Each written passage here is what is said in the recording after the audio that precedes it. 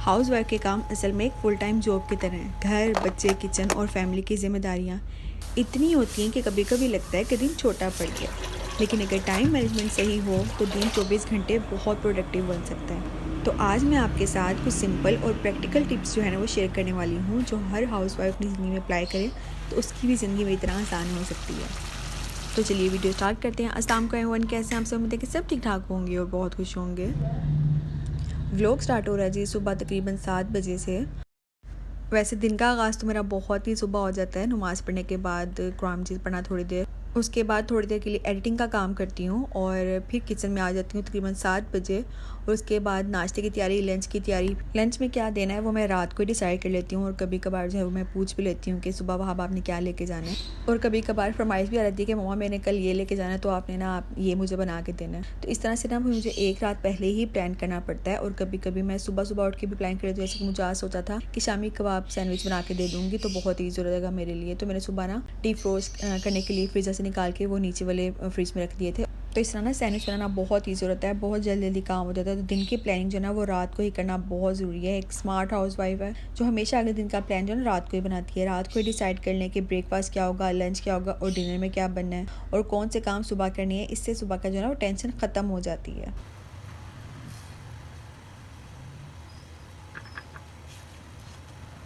और यहाँ ना वहाँ आपका लंच रेडी करते करते मुझे भी अच्छी खासी भूख लगी हुई थी। मैंने सोचा कि अपने लिए भी यही वाला सैंडविच बना लेती हूँ।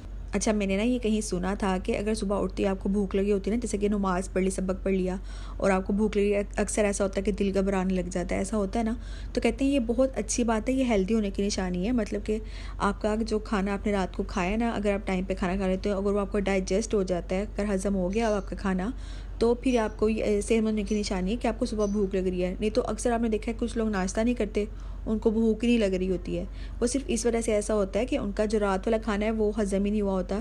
जैसे कि हम रात को आधी रात को भूख लगती है, हम वो जंक फूड खाते हैं और वो हमारा हज़म ही नहीं होता और सुबह तक जो हमारे मैदे में पड़ा रहता है, तो वो कहाँ से फिर हमें भूख लगनी है। और आधी रात को भूख लगती भी क्यों है? इसलिए कि हम जाग रहे होते हैं रील्स देख देख के। अगर भूख नहीं भी, हमने हमारा पेट भरा भी हुआ है, तो वो ना देख देख के क्रेविंग्स होने लगती हैं, जो कि बहुत गलत है। आजकल तो मैं पूरी कोशिश करती हूँ कि मैं रात को जल्दी खाना खा लूँ और फिर रात को जो है ना कुछ भी इस तरह की जो भी क्रेविंग्स वगैरह ना वो मुझे ना हो और मैं टाइम से सो जाऊँ। ना मैं उठी होंगी, ना ही कोई ऐसी क्रेविंग्स होंगी, ना ही ऐसा कुछ खाया जाएगा। तो हेल्दी लाइफस्टाइल जो ना अपनाना बहुत ज़रूरी है अगर आप सेहतमंद ज़िंदगी चाहते हैं तो खैर जी, मैं आ गई थी अब अपने रूम में और मुझे आज करनी थी बेडशीट चेंज और साथ ही साथ मुझे आज डीप क्लीनिंग भी करनी थी, सारे फ्लोर्स भी धोने थे। तो मैंने आज यही सोचा कि किचन को करूँगी बाद में। अभी मैंने सिर्फ नाश्ते के बर्तन भी धोए, वो सारा कुछ मैंने साइड पे किया। मुझे आज पहले काम ये करना था। अच्छा, मैं साथ साथ मशीन भी लगाई हुई थी और साथ साथ कपड़े भी धुल रहे थे और साथ साथ जो है ना वो सफाइयाँ भी चल रही थी। तो मल्टीटास्किंग जो है ना वो हम ख़वातीन में कूट कूट के भरी होती है। और मुझे लगता है कि मल्टीटास्किंग का स्मार्ट यूज़ ना वो हम सबको आना चाहिए। जैसे कुकिंग के साथ साथ किचन की सफाई हो जाए या साथ साथ जो है वो लॉन्ड्री चल रही हो तो बच्चों का होमवर्क भी साथ साथ ही देख लेना चाहिए। इस तरह एक वक्त में 2 काम हो जाते हैं, लेकिन ध्यान रहे ओवर मल्टीटास्किंग भी ना हो जिससे आपको ना वो घबराहट होने लगती है। इसीलिए बैलेंस रखना बहुत ज़रूरी है। मेरी ना कोशिश होती है कि मैं हफ्ते में 2 बार मशीन लगाऊँ, यानी कि 3 दिन बाद तो लाजमी मशीन लगाती हूँ। और इससे क्या होता है कि ना तो मेरे पर बर्डन बनता है। अभी जैसे पहला बैच आज सूखा था तो मैंने दूसरी बार मशीन लगा ली। और साथ साथ ना मैं फ़र्श भी धो रही थी। जितना भी सरफ वाला पानी होता है ना वो मैं साथ साथ फ़र्श पे फेंकती रहती हूँ, ताकि वो अच्छे से जो है ना वो सारी की जो भी मैल वगैरह है, जो भी गंद वगैरह है वो सारा सॉफ्ट हो जाता है। और फिर एक बार ब्रश मार लिया तो बिल्कुल साफ़ सुथरे फ़र्श हो जाते हैं। तो ये जीती था तकरीबन 12 बजे का टाइम और काम करते करते पता ही नहीं चला।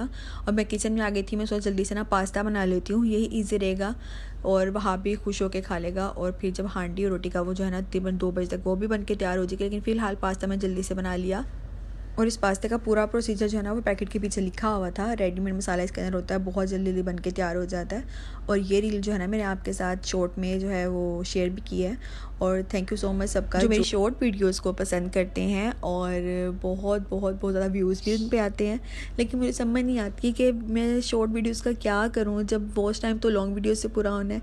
इसलिए मैं ये बनाती हूँ और जो कुछ वीडियोस होती हैं वो शॉर्ट्स में भी लगा देती हूँ। तो जैसा प्यार आप मुझे शॉर्ट्स पे दिखाते हैं वैसा लॉन्ग वीडियोस पे भी दिखाया करें, ताकि जो है ना वो मेरा वॉच टाइम कंप्लीट हो जाए। और मुझे ना आप सबसे पूछना भी है जो भी यूट्यूब पे कामयाब हो गए हैं। अच्छा, पता है क्या, मैं जिनको मैसेज करती हूँ वो रिप्लाई नहीं करते हैं। तो अगर आप में से कोई ऐसा यूट्यूबर है जो कि काफ़ी कहते स्ट्रगलिंग के बाद जो है वो अर्न करना स्टार्ट हो गया है या जिनका वॉच टाइम कंप्लीट हो गया है, तो प्लीज़ मेरे से रब्ता करें। मुझे भी कुछ क्वेश्चंस पूछने हैं जो मुझे बिल्कुल समझ नहीं आ रहे हैं। एक पहली बात तो ये कि अब मेरा जो है ना तकरीबन 2 साल कंप्लीट होने वाले, ठीक है, और मेरा वॉच टाइम कंप्लीट होते होते 4000 के करीब आ गए थे। बिल्कुल मतलब जैसे 2-3 बस मिनट रह गए थे और फिर क्या हुआ जी कि बिल्कुल फिर वो 400 तक कट गया। मुझे इतना रोना आया, मुझे समझ नहीं आई कि मैं क्या करूँ, ठीक है। पहले तो मेरा बहुत ज़्यादा डीमोटिवेट हो गई और मैंने ना कुछ दिन वीडियोज़ नहीं बनाई। लेकिन फिर मेरे हस्बैंड ने, मेरे बहन भाइयों ने मुझे बहुत कहा आप भी कि नहीं आपने करना है, आप कर लेंगे, आपकी इतनी मेहनत है। अगर आप यकीन करें ना तो मेरे 21K तक मेरे व्यूज़ गए हुए एक वीडियो पे, और किसी पे 10K 8K यहाँ तक के, मतलब इतने ज़्यादा वॉच टाइम है मेरा माशाल्लाह, इतने ज़्यादा व्यूज़ हैं।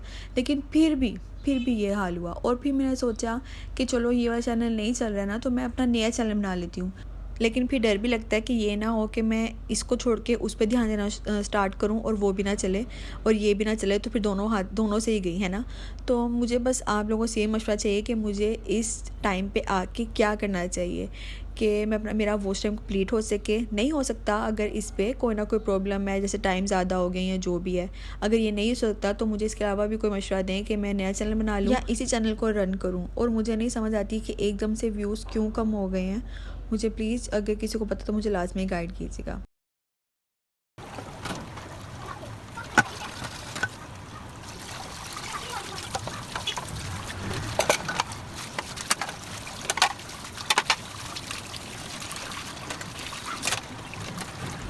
तो खैर जी देखिए, बातों में हमारे बर्तन भी धुल गए हैं काफ़ी हद तक, और बस अब थोड़े से रह गए हैं, ये धो लूँगी और उसके बाद ना कुकिंग स्टार्ट करूँगी। मैंने ना चिकन निकाल के रख दिया था थोड़ा सा डीफ्रोस्ट हो जाए, और फिर मैं एक बनाऊँगी चिकन कढ़ाई, बहुत ही क्विक और बहुत ही मज़ेदार, वो भी बगैर प्याज के। हाँ जी, बहुत ही मज़े की बनती है। अच्छा, किसी वीडियो पे ना मुझे कमेंट आया हुआ था कि आपने कुकिंग कहाँ से सीखी। तो सच बताऊँ तो मुझे कुकिंग का शौक़ ना मुझे कभी भी नहीं था। बचपन में कभी इससे तवज्जो भी नहीं की थी। हालांकि मेरी मम्मा बहुत अच्छी कुकिंग करती है और उनका कहते हैं पूरे ख़ानदान में कोई मुकाबला नहीं कर सकता, इतनी अच्छी कुकिंग करती हैं।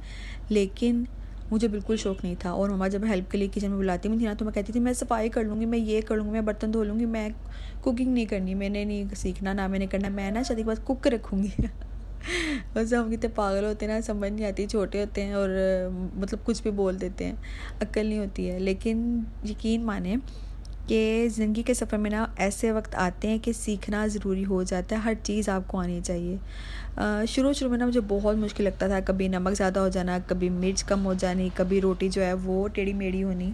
लेकिन आहिस्ता आहिस्ता प्रैक्टिस करके आ ही गया। आज कुकिंग सिर्फ ज़रूरत नहीं है बल्कि घर का सुकून भी बन गई है।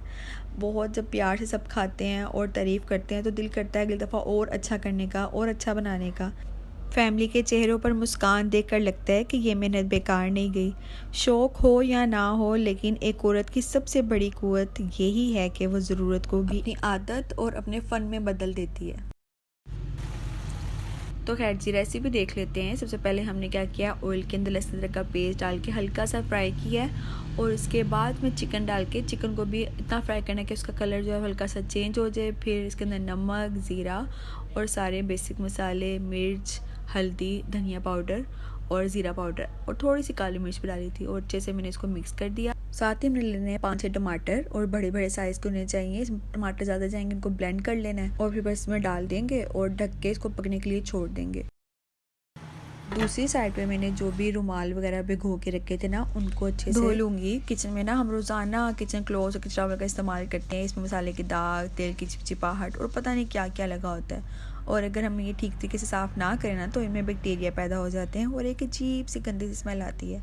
तो इनकी सफाई बहुत ज़रूरी है। बॉईल करते हुए पानी में डिटर्जेंट डाल देती हूँ और साथ ही थोड़ा सा फैब्रिक सॉफ्टनर भी डाल देती हूँ। इससे जो है ना बहुत ही प्यारी खुशबू आती है बाद में।